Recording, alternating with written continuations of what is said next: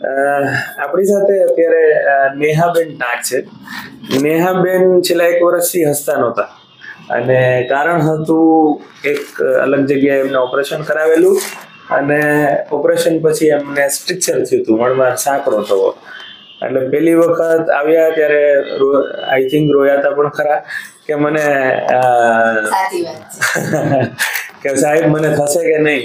એટલે મેં કીધું કે વી હેવ મેની પેશન્ટ્સ કે જેમાં આવી રીતે થયું છે ને સરસ થશે, પણ એઝ ઓબ્વિયસ 1 વર્ષ સુધી જ્યારે પેશન્ટને કોઈ રસ્તો ના મળ્યો હોય ત્યારે એવી દુઃખભરી લાગણીઓ હોય અને અમે એને ઓપરેશન કર્યું અને આજે ઓપરેશનને લગભગ 1-1.5 મહિનો 31 ઓક્ટોબર એટલે છેલ્લા ફોલોઅપમાં આવ્યા છે.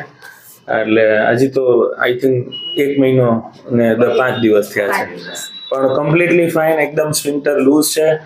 એટલે નેહાબેન તમારી વ્યથા જણાવો.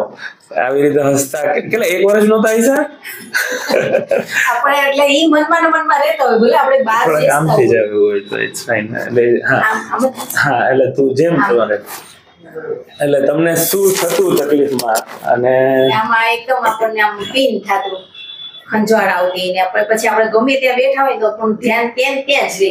ભલે આપણે આમ બહાર ખુશ હોઈએ પણ આપણું મગજ તો ત્યાં જ હોય કે આ તકલીફ આપણને છે એમ. પછી હવે મેં કીધું શું થશે પણ પછી આપણે બતાવવા ગયા દેશી દવાને, ત્યાં પછી મેડમ એમને એડ્રેસ આપ્યું તમારું. પછી અમે અહીંયા આવ્યા ને સાહેબને મળ્યા, પછી તકલીફ કીધું કે આવી રીતે આમ છે. એટલે એ તકલીફ કીધું પણ આ તો બીજી તકલીફ હોય નીકળી સાથે સાથે મસાઈ હતા જ હજી અંદર એમ કે એ તો અમને ખ્યાલ નહોતો. જો કે હવે પછી ખબર પડી અહીંયા આવ્યા કે હજી તમને એ પ્રોબ્લેમ છે તો એ તમારે એમ કે ઓપરેશન કરાવવું પડશે એમ. એ સિવાય તો એમ કે આનો કઈ રસ્તો નથી એમ. એ તો કાંઈ વાંધો નહીં, હવે મેં કીધું સારું થઈ જતું હોય તો આપણે એ રસ્તો અપનાવી લઈએ. હવે આમાંથી છુટકારો આપણે કરવો છે ગમે એમ કરીને, એમ બહાર નીકળવું છે. હવે અહીંયા આવ્યા તો સારું થઈ ગયું મને. મહિનાની અંદર તો સરસ કમ્પ્લીટ થઈ ગયું, સારું છે હવે.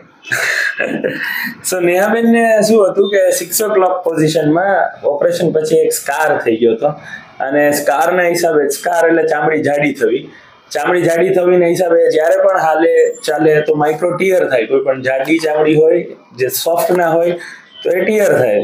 So what we did was થોડીક સ્ફિન્ક્ટરોટોમી કરી અંદર પેપિલા અને સ્ટ્રક્ચરના હિસાબે જે વાસ્ક્યુલારિટી વધે તો પાઇલ્સ પણ હતું તો એ કાઢી અને નાઉ શી ઇઝ ફાઇન એબ્સોલ્યુટલી. અને ફોલોઅપની પણ કઈ જરૂર નથી, બરાબર ને? તમારે કઈ કેવું છે કઈ શબ્દો? Fine, this is what we work four. એટલે આ સ્માઇલ જે છે એ જ અમારા માટે અમારું સૌથી મોટું પ્રમાણ છે. ઓકે, સારું. That's what we work for at Green Life Hospital. Thank you. આભાર.